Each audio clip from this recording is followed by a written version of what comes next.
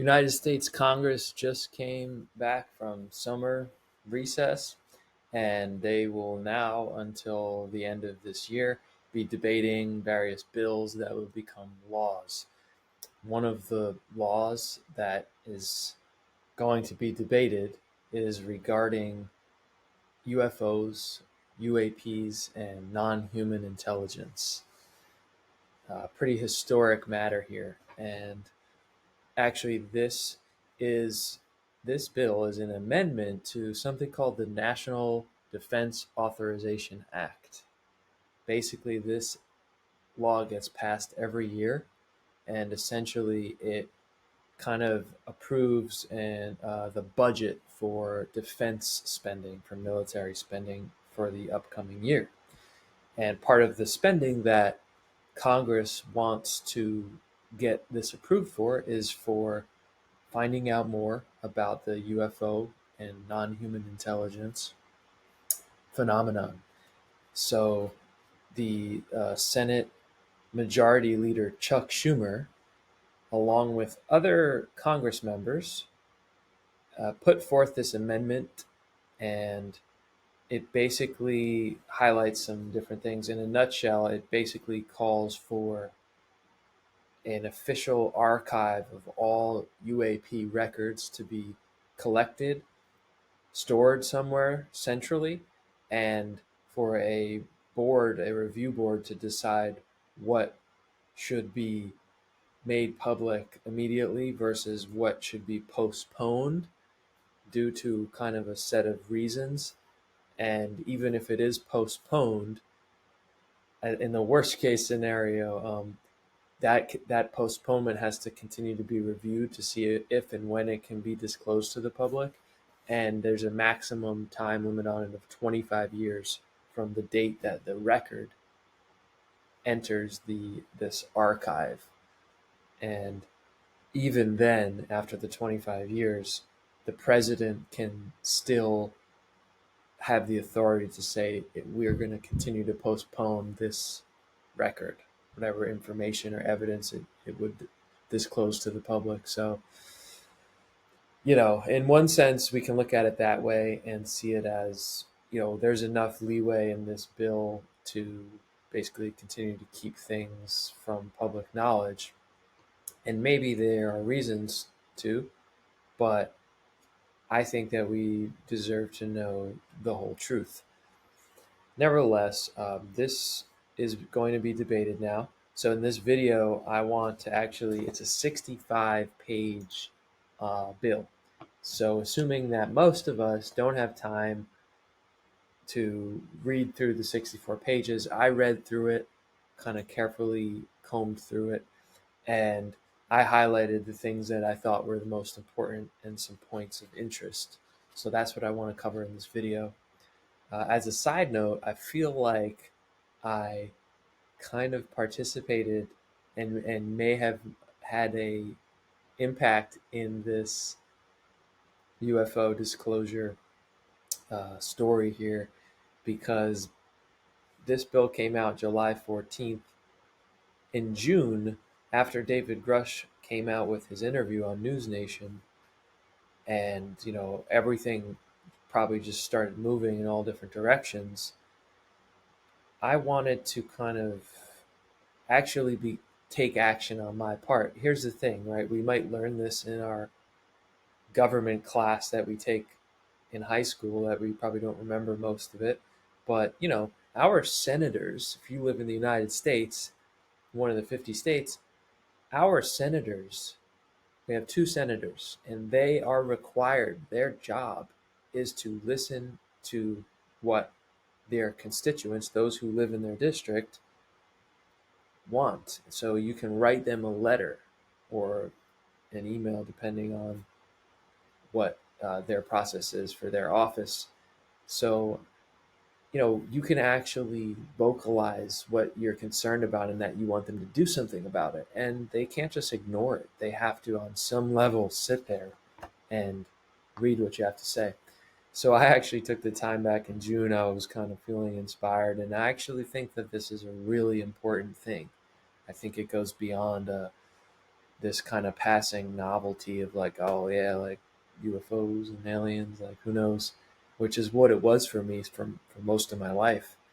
But when you actually see that there's something real to it, and there's something that has been kept under wraps, it's important for us to get. It could change the whole world. It could change our lives, everything, the technologies and the implications that they would have in terms of energy use and just in terms of knowing our place in the universe, and maybe even things like, what happens when we die, and some of these big questions of what is our reality. If a non-human intelligence that's so advanced as to baffle us with these possible technologies, it would stand to reason that we could learn a lot from them, from some type of contact, from some type of sharing of information of what a certain need to know group in the power structure probably knows or possibly knows, to letting us know. And maybe that'll help us just live a better life and be better people and get a better understanding. So, anyway, I actually wrote to my two senators. I'm in New York, and it's kind of cool because it turns out Chuck Schumer is from New York, and another leader of the whole UAP disclosure movement in Congress is the other New York senator, Kirsten Gillibrand. So I was able to write to both of them, and I wrote a very well thought out letter.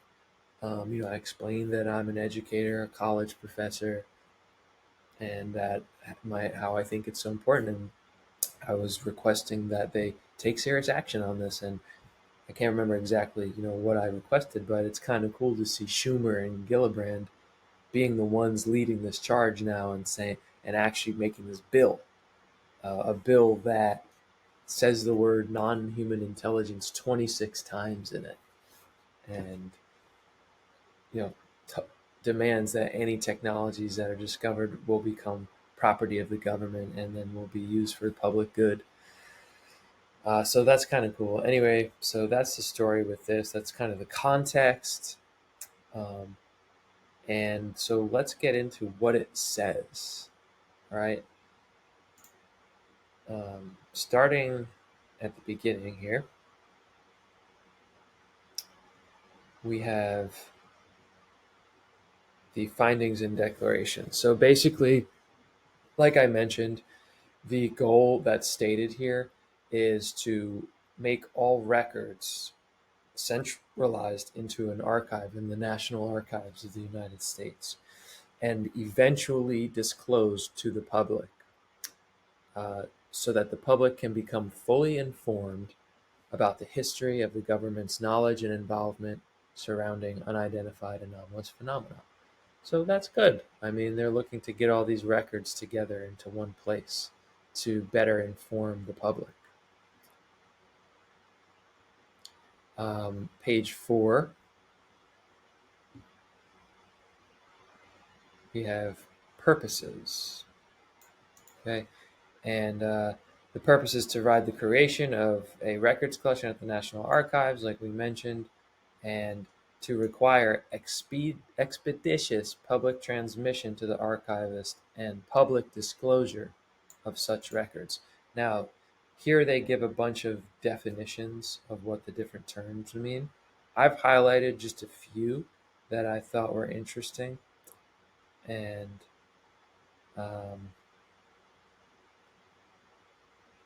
we have something here called the legacy program, which I thought was a different kind of terminology that I thought was interesting. The legacy program. The term legacy program means all federal, state, and local government, commercial, industry, academic, and private sector endeavors to collect, exploit, or reverse engineer technologies of unknown origin, or examine biological evidence of living or deceased non-human intelligence, living or deceased, that predates the date of the enactment of this act. So that's a legacy program. You might hear that term being thrown around. Now, I found it interesting to see what the official definition of non-human intelligence would be in this bill. So let's take a look at that. The term non-human intelligence means any sentient, intelligent, non-human life form, regardless of nature or ultimate origin, that may be presumed responsible for the unidentified anomalous phenomenon, or of which the federal government has become aware. Now, what's interesting about this is, like some people have commented on, for the Senate Majority Leader and these other Senate and Congress leaders to sign on and put this bill. I mean, senators, Congress people are very careful about what they do in their career because they want to get reelected. They want to have a longevity of their career. And, for them to put this into a legislation, they've got to know that there's something to it. And so I think this is like the slow rollout of us coming to terms with, like, we're actually facing the beginning of disclosure right now of the truth, possibly, that aliens exist. We've had interactions and contact to some degree, plus craft, all of this stuff. I mean, it's getting beyond that point with this bill now, where people can't just brush it off anymore, and it would be a pretty major scandal at this point if it turned out to just all be a hoax.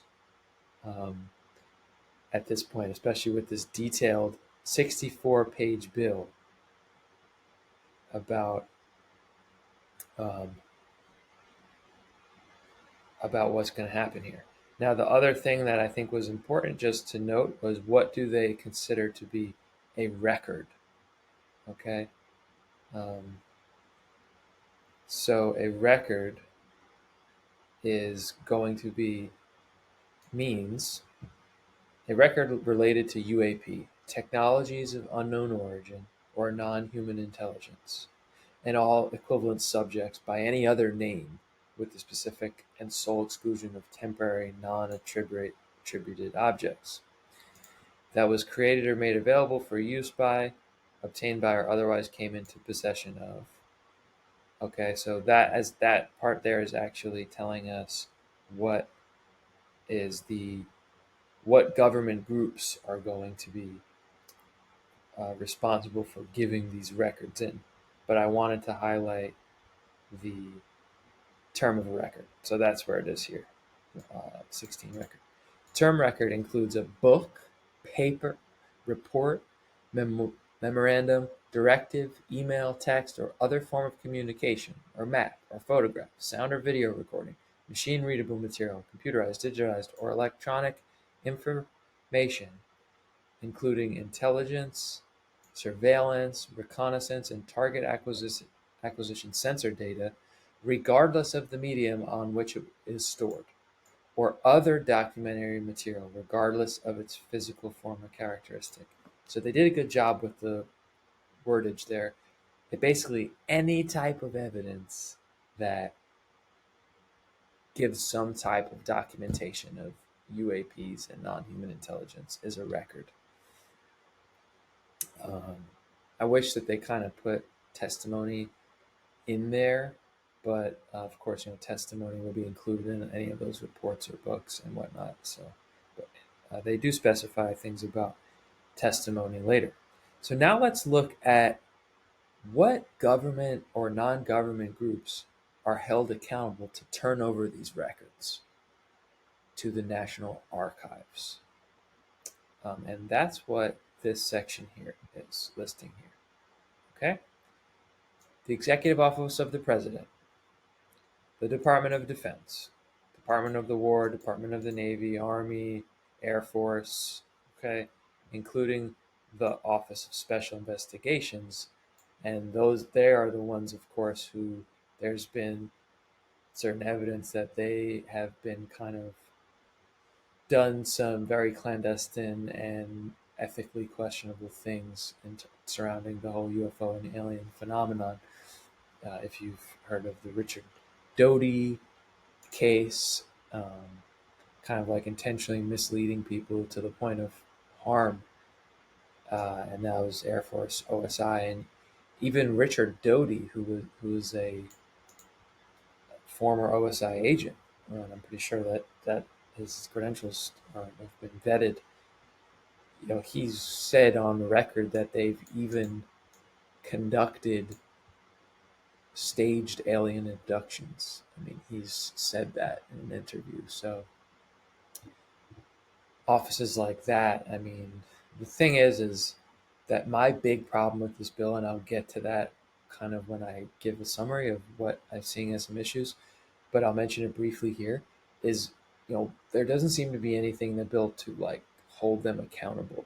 So like obviously the Air Force OSI isn't going to want to turn over records saying, yeah, we physically harmed people and pretended to be aliens and staged abductions. If that really happened, according to Richard Doty, it did. Um, you know, they're not going to be compelled to just hand that over just because there's a bill from Congress saying that they should do that, especially if they've been keeping all this stuff from Congress for so long. So I don't see anything in this bill that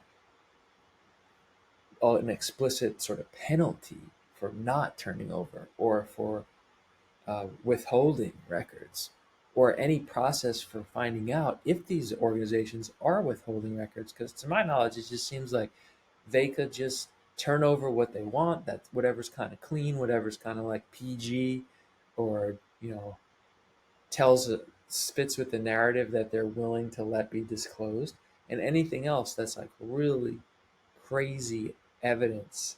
I mean, what's to keep them from just keeping it locked away or like burning the papers that hold it or like destroying the files? I don't, you know what I mean? But anyway, let's move on. I mean, at least this is an attempt to move in the right direction. We got the Department of Energy, including one projects that came before it, like the Manhattan Project, which has been said to have been at the core of the beginning of the secrecy. Of course, the Manhattan Project was the creation of the atomic bomb, and during World War II, and it was totally secret. They kept it totally up under wraps, and they developed a framework for how to do that. And even it's been said that the Manhattan Project even had knowledge of the UFO phenomenon and was sort of starting to process and deal with that. Subsequent UFO crash retrieval programs and reverse engineering, it has been said, had sort of modeled them after the Manhattan Project. And even certain laws that went into effect um, are what allowed them to legally keep things secret. Okay, we've got the Director of National Intelligence, the CIA, right?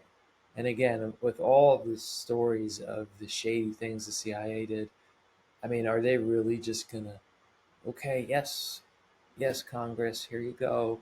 Here's all our records that we've ever had on UFOs and non human intelligence. That's everything. I mean, I just feel like they're not going to give up everything. But anyway, the NRO, the DIA, the NSA, another super duper secret and shady entity. Basically, all these, NASA, who's also been shady, and there's been a lot of evidence to suggest that they've kept some major secrets under wraps. Um, and many people who've had involvement with NASA have shared their view that they feel that that's going on, suppression of information, secrets being kept, and the FBI, basically everything, Library of Congress, um, and then any other department, office, agency, committee, or commission of the federal government. So everyone, basically, any state or local government department. And when I think of that, I think about I did a book review video on book Night Siege, and for example, they in right around where I live here in the Hudson Valley, they people in the 80s were seeing dozens and dozens of these huge triangle or V-shaped hovering silent aircraft that would move over and then quickly go away. They would hover and then they would shoot off. Um, and all of these reports were submitted to local and state police departments in Connecticut and in New York here. And they are on the record there somewhere. I mean, you had, so that's just one example. I mean, we've got stuff all over the country, all over the world. But, what compels these agencies to hand that stuff over?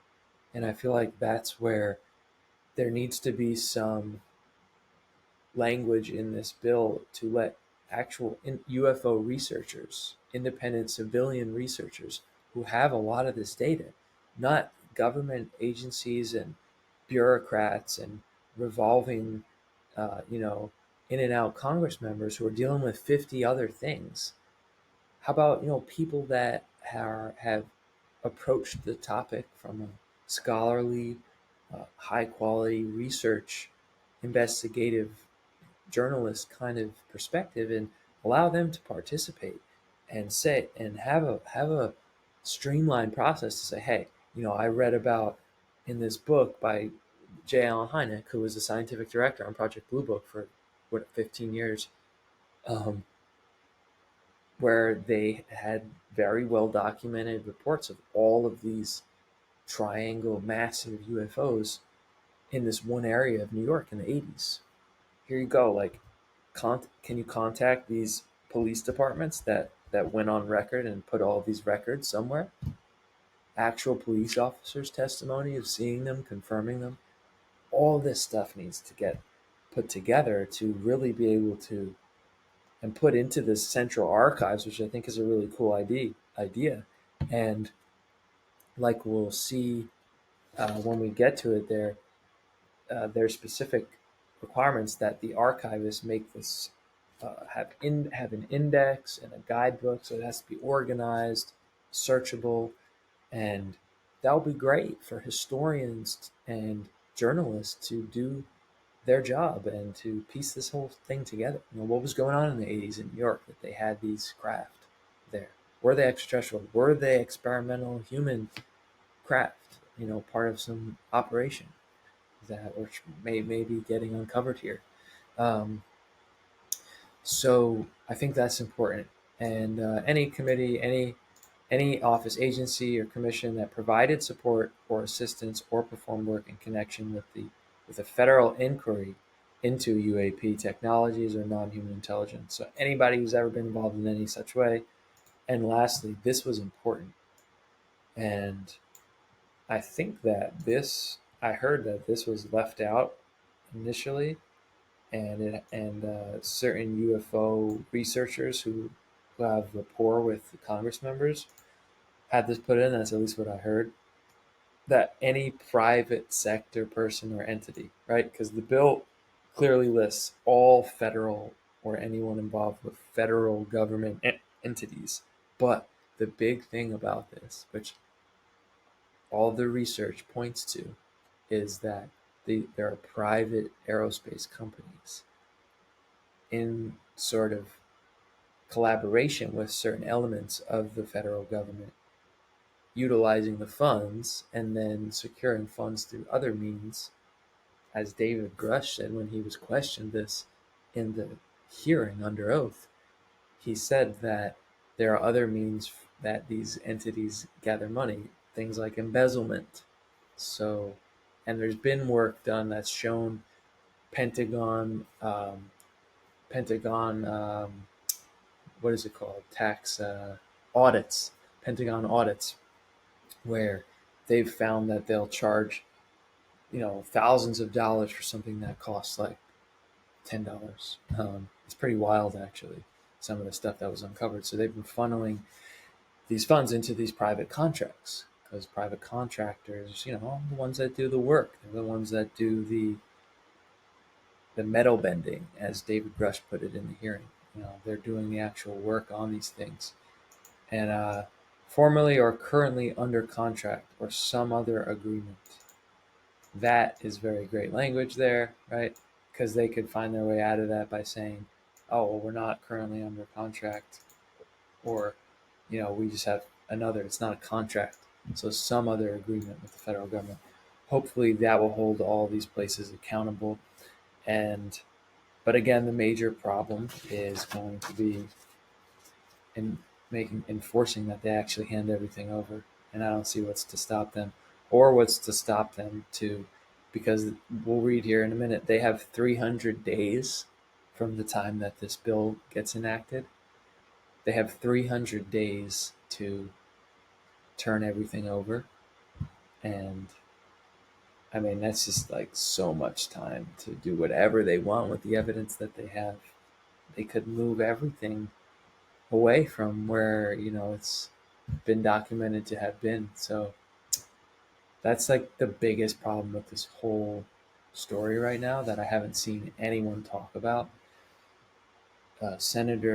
Congressman Burchett mentioned it, um, but didn't like directly put it forth as a question like what should we do about this? He mentioned it in passing, saying, "Oh, they're probably moving everything, already moved everything out of there by now."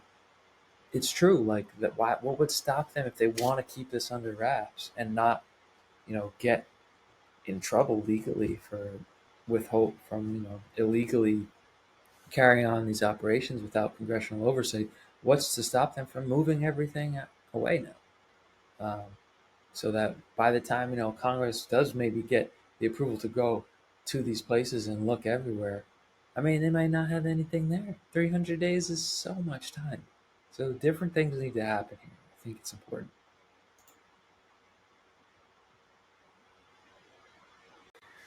All right, so we move on here.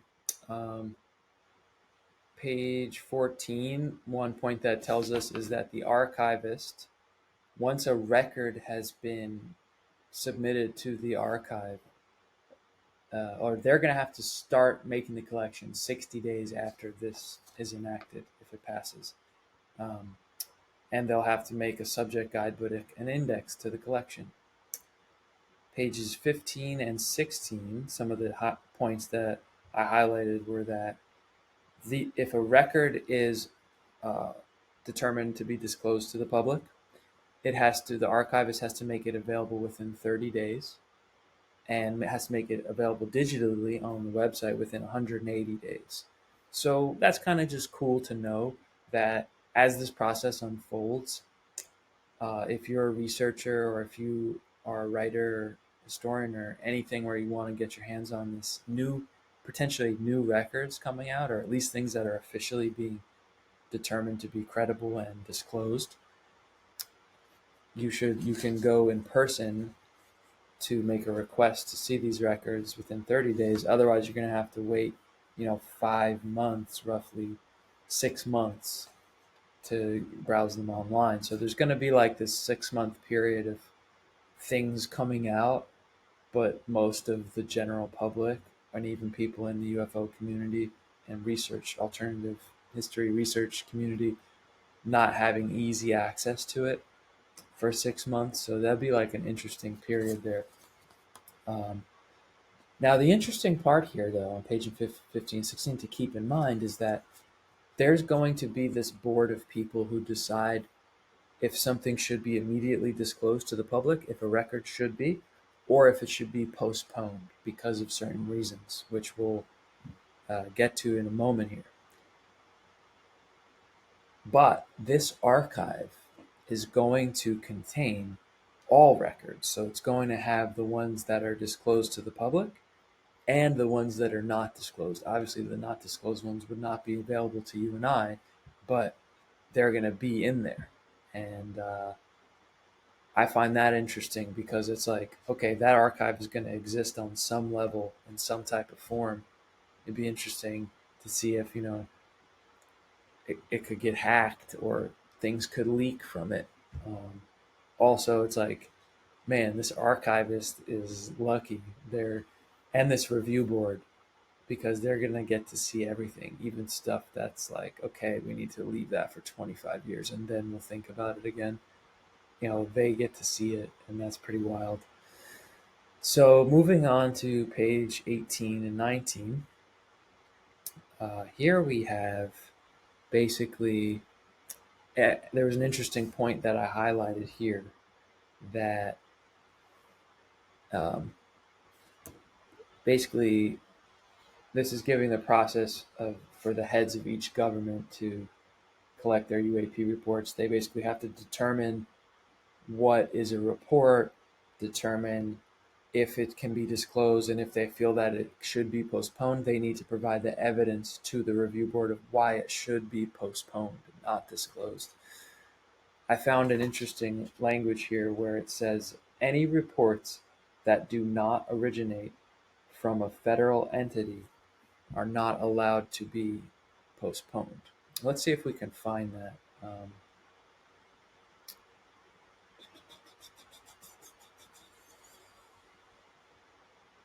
Right here. So it says no UAP phenomenon record created by a person or entity outside the federal government, okay, shall be withheld, redacted, postponed for public disclosure, or reclassified. Now, this part here is very interesting. So, does that mean that if we have a really good quality record, let's say a indisputable video evidence, or let's say a testimony of someone who is a very high respected position saying something to be the case, or any other type of evidence that's, very compelling, if it originates outside of the federal government, then it cannot be postponed for public disclosure. And the way I would read that is that means that it can't qualify for postponement, meaning the 25 years things, the periodic review of the 25 years, and then even longer if the president at that time wants it to. It means, the way I would read this is it has to be disclosed. Now, if this record was created by a person or entity outside the federal government, um, excluding names or identities consistent with the requirements of Section 6, we'd have to go back and check that, which I don't want to scroll up right now. I think that that's referring to the anybody who's been involved in a legacy program, um, which would make sense. Otherwise, if it comes from anywhere else, it can't be postponed. So that's kind of an interesting point to touch on. And of course, we have the requirement here of the 300 days. Let's take a look at it. Yeah. Not later than 300 days of the enactment of this act, each head of government should review, identify, and organize each UAP record. And again, like I said before, I mean, that gives, in my opinion, it gives them a lot of room, and still to just keep locked away whatever they don't want to reveal and give to this review board what they're okay with letting out. So it's problematic. I think something needs to change about that. I don't know the rationale for 300 days. That seems like a really long time. I don't know why it can't just be like you need to start submitting records within like 60 days or something like that. And all records need to be done by 300 days. But also, like I said before, the enforcement of it and making sure that they can't, what's holding them accountable? Um, it's missing from this bill. So now we're going to jump over to page 27, and what I found. Oh, we've talked about this. Page 27 is what tells about the 25 years, and basically saying that um, if it meets the requirements for being postponed, then that will be periodically reviewed. It can go up to a maximum of 25 years, and then the president still can override and say we're gonna postpone this further. Um, and like I said, I think this gives them the leeway to keep the best evidence or the most kind of the craziest stuff out of the public knowledge base.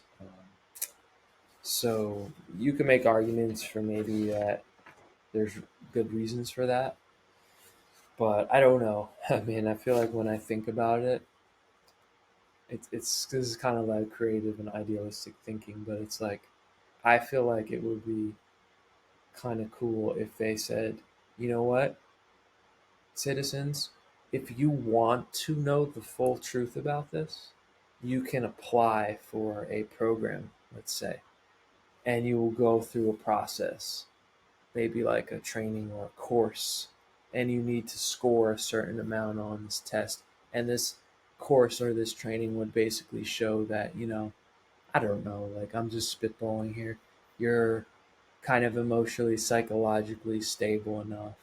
Um, you're not going to go, when you find this out, go like, start a riot or something like that. And you could go through such a process and then be given access, if you want it, to some of this information if it's being withheld for reasons that are maybe concerns of security in terms of people panicking and whatnot. Now, to go back a second to the language actually on this page, and um, this is important actually, because let's look at the language here. The president The president can decide after 25 years if continued postponement is made necessary by an, quote, an identifiable harm to the military defense, intelligence operations, law enforcement, conduct of foreign relations. So, of course, there's a lot there. If they're like, oh, we know, we have like the blueprints of, let's just throw something crazy out there. We have like the blueprints of like Nazi UFOs, which were the first prototypes. They don't want to disclose that because maybe that would give some secrets to certain entities to start building their own, or just their knowledge of what this whole thing is. Of course it could harm intelligence operations if you don't want the adversary to know what you know. So it's like they could postpone a lot here. um, this is the part that gives them the broad scope of postponing disclosure. Identifiable harm is of such gravity that it outweighs the public interest in disclosure. Okay? So, and there's a whole section here on requirements for postponement, but they basically go along with this. And it's basically, if it's deemed to be of national security threat for XYZ reasons. Again, it gives a lot of leeway. I'm sure you could really argue uh, why something should be postponed. But this part, right? Identifiable harm is of such gravity that it outweighs the public interest in disclosure. Meaning, if this panel of review board members decide, I just don't think that people can handle this. I just don't think. I think the shockwave could cause an upheaval, a destruction of the economy. Could be any reasons. But I still like. To me, that just doesn't seem right. To then say, okay, well, we get to know about it. This small group of human beings living on this planet and in this country get to know about it, but everybody else just has to be in the dark and go on thinking that life is XYZ, when in reality there's this whole other thing. It's not fair. I don't think that it is in alignment with how a higher mode of governing and living. I don't think it's what the founding fathers of the United States would want either. And perhaps a middle ground could be something like I mentioned here, hypothesizing, theorizing.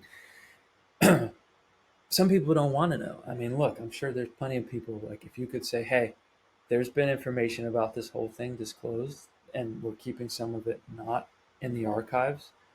Um, do you want to know more? It may be, unsettling. Do you want to know more? I'm sure there'd be a significant percentage of people who would just say, you know what, I don't need to know. Like, I'm happy with, watching baseball games, going to work, and, watching TV shows and just living my life. I don't need to know all that. And that's fine. There's nothing wrong with people that everybody's on a different path. But someone like me, someone like you, if you've watched this far, then you must care enough about this to listen to me ramble on about this. Um, we deserve to know and we can handle it.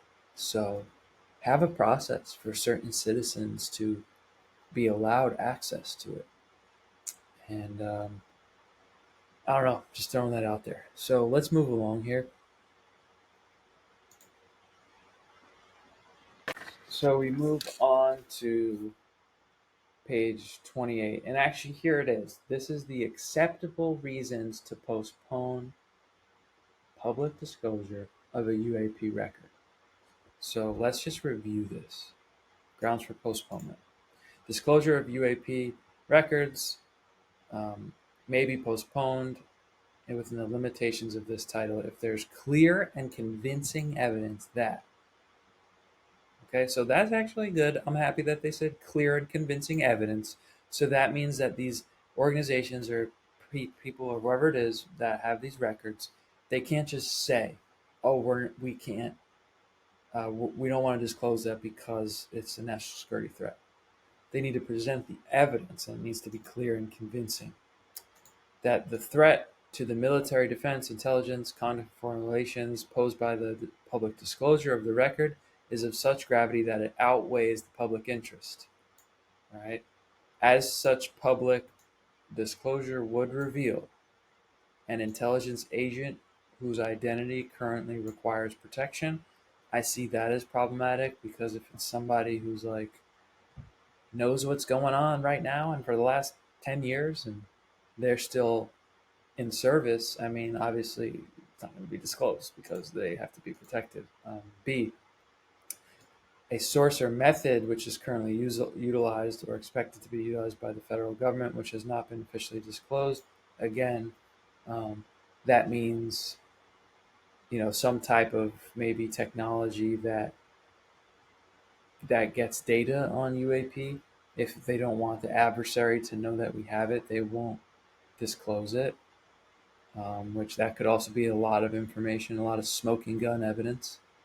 Um, the disclosure of which would interfere with the conduct of intelligence activities. I'm sure we could think of so many examples of, well, we can't tell them that we encountered this huge UFO out on the ocean and we saw it and we got HD footage of it, you know, because we don't want our adversaries to know what we know. So again, that's pretty limiting.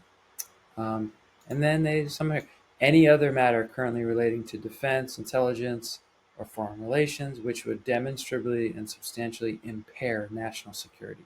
That leaves a lot of leeway. Again, uh, would reveal the name or identity of a person who provided confidential information to the federal government and would pose a substantial risk of harm to that person. So that's also important. I mean, witness testimony of high insider credential people is very important in this. I mean, at a certain level, like we have to listen to people who are in the inside of these things and have seen things firsthand. That's gonna be really valuable weighted evidence. And if it's maybe their name will be redacted, which is fine, I guess, but hopefully the whole record doesn't get postponed just because of name. Maybe they could just redact the name.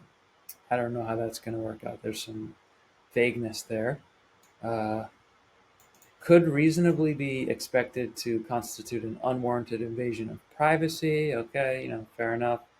Or comprise the existence of an understanding of confidentiality currently requiring protection from the federal government agent and property.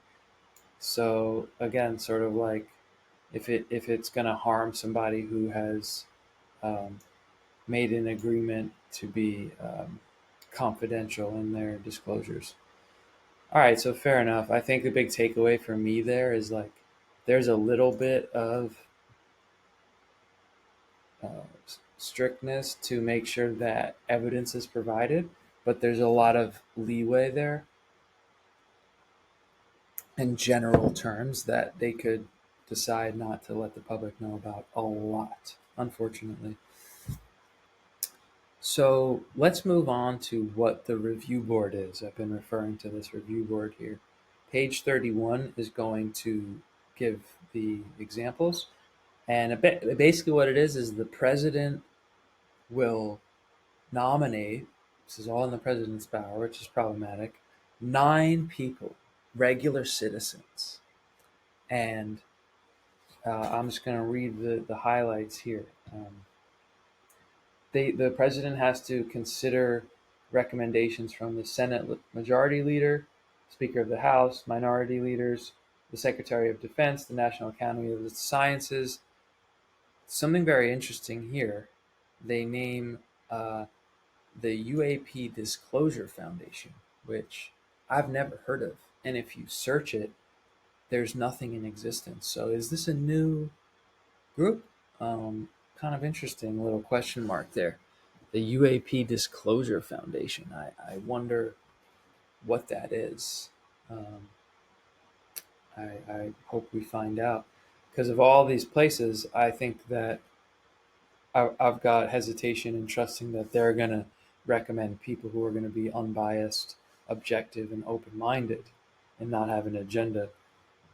However, the UAP Disclosure Foundation sounds like someone like a group that's trying to push for disclosure, so maybe that would be good. American Historical Association. I mean, any of these establishment entities, I'm very skeptical of because they are very much in favor of maintaining the status quo. And certainly, if there's evidence of, let's say, ancient visitation of aliens and let's say alien involvement in human evolution, I mean, they're not going to want to entertain that if they stick with how they typically are.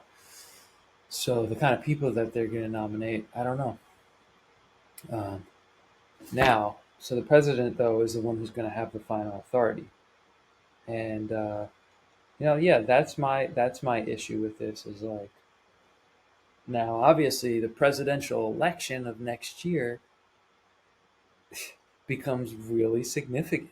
I mean, damn, one person is going to choose the 9 people who will get to sit there and get all this evidence that's willingly turned over of UAP and non human intelligence. And they will get to decide and vote on what is okay to let the masses know about and what will be kept secret for up to 25 more years or longer. So when we think about who the president's going to be, wow, um, that's wild. I wish a miracle RFK Jr. could be elected because I think he would choose 9 very good people. I other parties, other people, I just don't trust. And who these 9 people are going to be, we don't know, but it does specify page 32 and 33 gives what these kind of qualifications should be of these 9 people. Um, and yeah, I think it's problematic because like, what if these 9 people are just selected as gatekeepers, kind of like it seems like Kirkpatrick is with the Arrow. I mean, he's got all these credentials, and he's been was chosen to be the top official of ARO, the official Pentagon body investigating UAP, and to this date, I mean, he denies that there's any credible evidence, which is just wild. To me, it's just wild. He's clearly gatekeeping, or if he's not gatekeeping, it's actually just his opinion, and he's just maybe hasn't seen everything or heard everything. As someone like David Grush has, or other individuals who have come out and shared information. So, that's going to be huge, and I think it puts a lot of power in the hands of 9 people, and that could be problematic. And to me, that's not democracy, really. Um, but it's an attempt towards something that should be debated, I think. So basically, I'm just going to read out to you here little snippets I highlighted.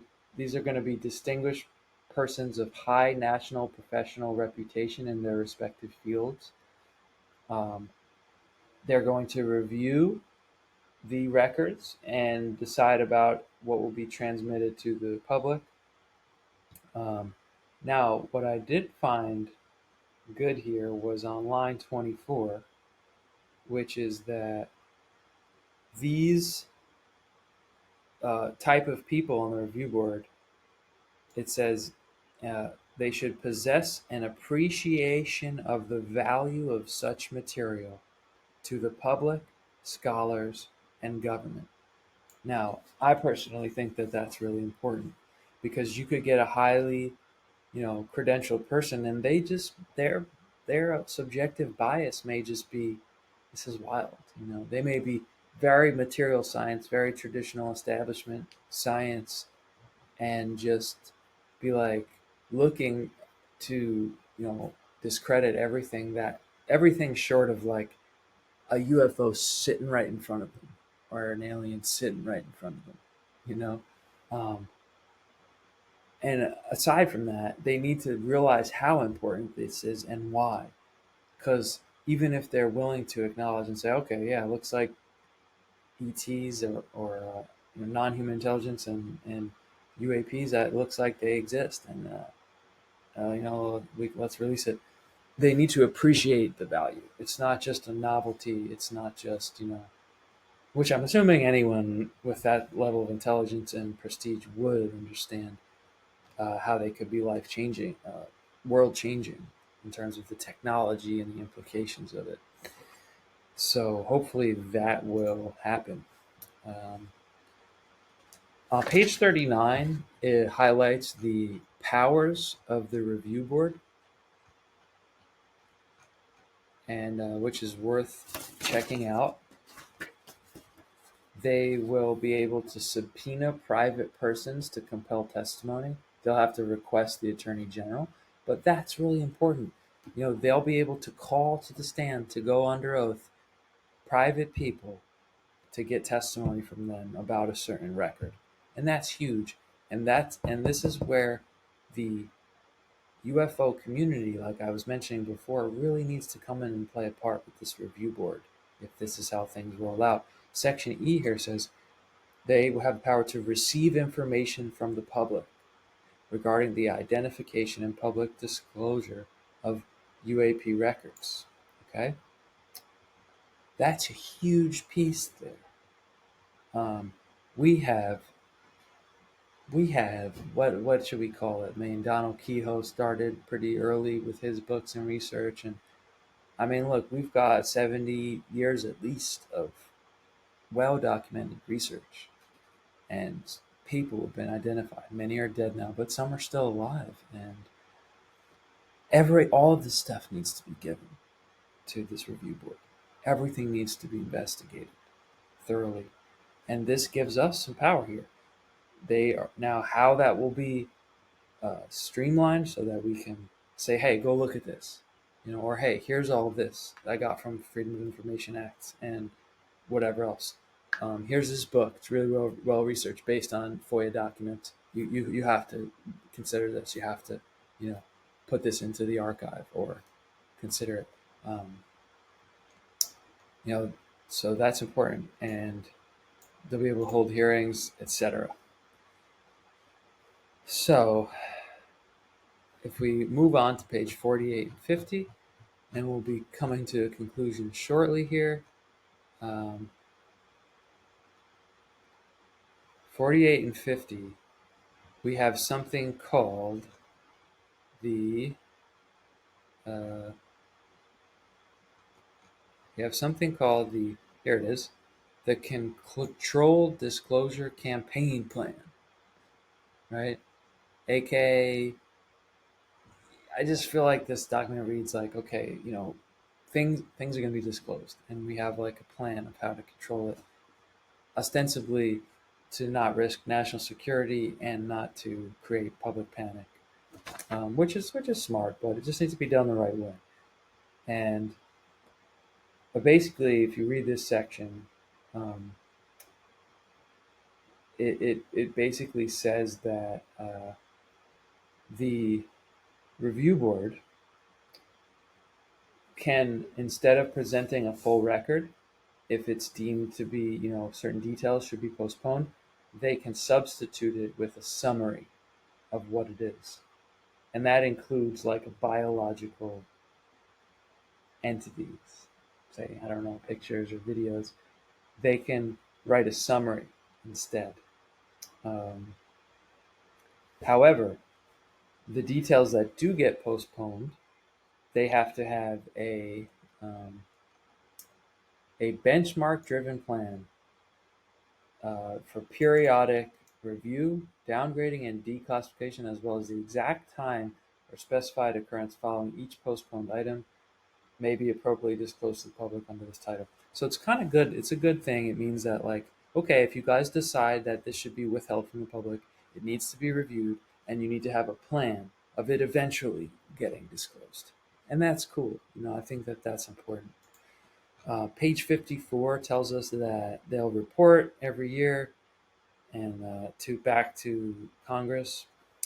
And yeah, that's basically that. Now, page 57 is where it gets interesting in a sense, and that is for disclosure of recovered technologies of unknown origin and biological evidence of NHI.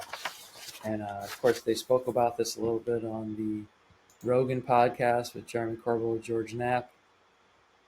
Eminent domain basically means that if the government comes across these technologies that have been recovered, reverse engineered, whatever it might be, or biological evidence of non-human intelligence that are controlled by private persons or entities in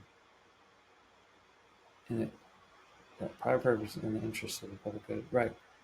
They'll take ownership over it, all right, um, in the interest of the public good. So anything that is like this breakthrough technology is going to become eminent domain, would in theory become eminent domain of the government, who state in the statement then would use it for the interest of the public good, um, which is interesting. And if we look though here further down on line 14, the review board has the responsibility to determine whether the material examined constitutes technologies of unknown origin or biological evidence of NHI beyond a reasonable doubt. My question there is like, how qualified will this review board be to make those determinations? I guess they would need the assistance of expertise and whatever it is to determine that. Um, And also should mention the review board, if you go back and read the qualifications, it does say that they need to have one person who is here. I'll read it for you now. It should have at least one current or former national security official, one current or former foreign service official, one scientist or engineer, one economist, one professional historian, and one sociologist. Okay? Now, throw those group of people in the room together, they're not going to be able to prove beyond a reasonable doubt if something is evidence of not NHI or not. They're going to need further corroboration, I would think. Anyway, so moving along here to wrap this up, basically, and yes, of course, a particular subset of material qualifies for postponement of disclosure. So they get to, again, determine if something should be allowed to be withheld from the public. So, I want to just close off here with some of my thoughts, reflections, and questions. And so, first of all, I think just thinking about this, like these 9 people are so lucky in the sense. It's like, wow, they get to see all this stuff that may be kept secret for another 25 years or indefinitely. Um, and what would be very interesting, and it's not specified in here, but like, are they bound? I'm sure they will be, by security oaths, meaning if they've seen something in the record, and then it's decided to postpone it, and it goes for 25 years. You know, how long before they can talk about what they saw in the review board? Are they bound for life to never speak about it? Um, those people may become very, very interesting sources should any of them decide to talk. And they may not speak about exactly what they saw, but they may be able to, within the limits of their oath, kind of talk and explain, what's going on and how surprising stuff is, how credible stuff is. Those nine people are going to be very interesting historical figures when we look at this from a historical perspective, as will the president who gets to elect these people, nominate these people. Like I said before, what holds the heads of all these agencies accountable to give all their UAP records over? How do we know that they can't just continue to keep things secret? Um, what's the penalty for not complying? Those things are not outlined in this bill, and I don't think they're really fully thought of. And that could be, if we think about this on another layer here, thinking that maybe someone like Schumer may be, involved in this whole operation, at least in some degree, that like he's part, at least collaborative to what is now called the deep state. In that publicly it seems like he's taking action, but maybe he's doing them a favor, like 300 days. And I mean, they could pretty much just give over whatever they want and keep whatever they want.